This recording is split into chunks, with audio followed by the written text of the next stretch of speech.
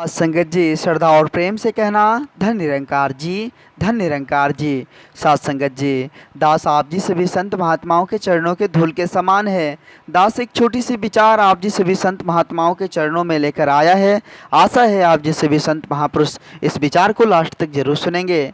सात संगत जी, संत महापुरुष कहते हैं कि रुतबा पाकर ना इतराएं उसको गुरसिक कहते हैं।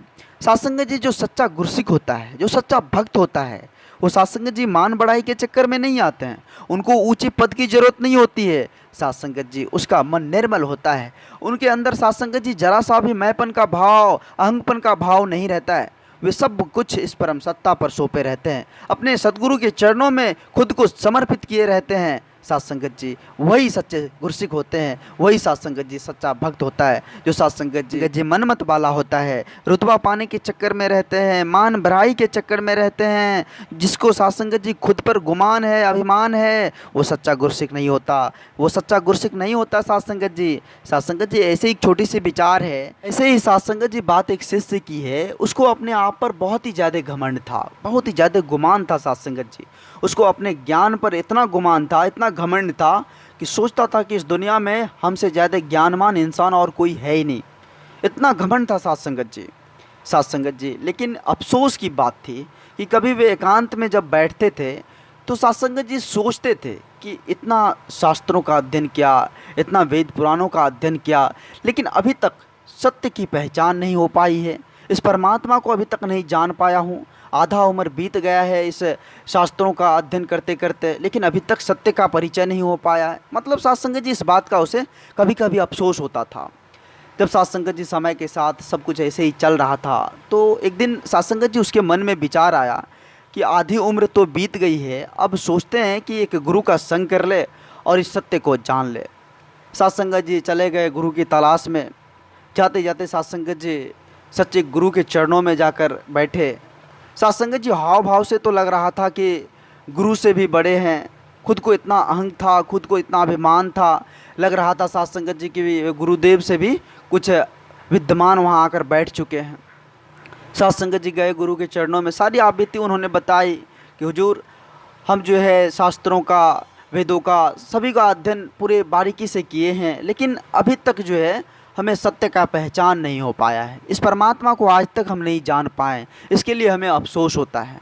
तो सत्संगत जी महात्मा जी उनसे पूछे कि अभी तक आपने क्या क्या, किस चीज़ का अध्ययन किया है और क्या क्या जाना है, वो तो हमें बताना होगा आपको। सत्संगत जी शिष्य बोले कि हुजूर अगर हम बताने के लिए बैठ जाएं तो ना जाने कितने साल लग जाएंगे कि कितने चीज़ों का अध्ययन हमने किया है, कितने सारे शास्त्रों का अध्ययन किया है। अगर लिखने के लिए बैठ जाएं तो कितने साल लग जाएंगे। सत्संगत जी महात्मा जी बोले कोई बात नहीं है, लेकिन तुम्हें बताना होगा कि अभी तक में क्या क्या चीज़ का अध्ययन तुमने किया है। सत्संगत जी फिर वो चले गए घर, वहाँ से महात्मा जी के आश्रम से फिर लौटकर चले गए घर।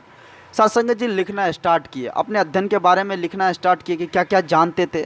लिखते लिखते सत्संगत जी पूरी मोटी मोटी जो है किताबें लिख डाली। आए सत्संगत जी फिर वापस महात्मा जी के पास। महात्मा जी जैसे ही देखे कि इतना पोथी, इतना मोटा मोटा किताब लेकर आया है, सत्संगत जी महात्मा जी उनसे पूछे कि इसको पढ़ने में तो मेरी उम्र बीत जाएगी, इसको आप शॉर्ट करके लाइए, इसका जो है आप कुछ सारांश लिख कर लाइए। सत्संगत जी महात्मा जी की बातों को माने। फिर सत्संगत जी उनसे छांटना स्टार्ट किया। छांटते छांटते एक मोटी किताब बनी। फिर सत्संगत जी महात्मा जी उन्हें समझाएं कि आप इन्हें भी शॉर्ट करके लाइए, छोटा करके लाइए, इतनी मोटी किताब हम नहीं पढ़ सकते हैं, मेरी आँख जो है वो धुंधला हो चुकी है। उम्र के साथ साथ सत्संगत जी बुजुर्ग थे। फिर सत्संगत जी उसको जो है थोड़ा छोटा करके लिखते लिखते जो है फिर भी सत्संगत जी मान लो कि 100 पन्ने का हो ही गया। फिर महात्मा जी बोले कि इसको और थोड़ा शॉर्ट करके लिखिए। सत्संगत जी उनको समझ आ गया कि महात्मा जी क्या कह रहे हैं। कहने का तात्पर्य सत्संगत जी वो खुद को लिखकर यह बता रहे थे कि हम इतना ज्ञानी हैं, हम जो है विद्वान है। सत्संगत जी उन्हें समझ आया। सत्संगत जी अपने पैकेट से एक सादा पेपर निकाला, कागज निकाला, कलम निकाल कर महात्मा जी के हाथ में दे दी। बोले हुजूर हम अज्ञानी हैं, हम कुछ नहीं जानते हैं। सत्संगत जी महात्मा जी बोले अब आई बात जगह पे।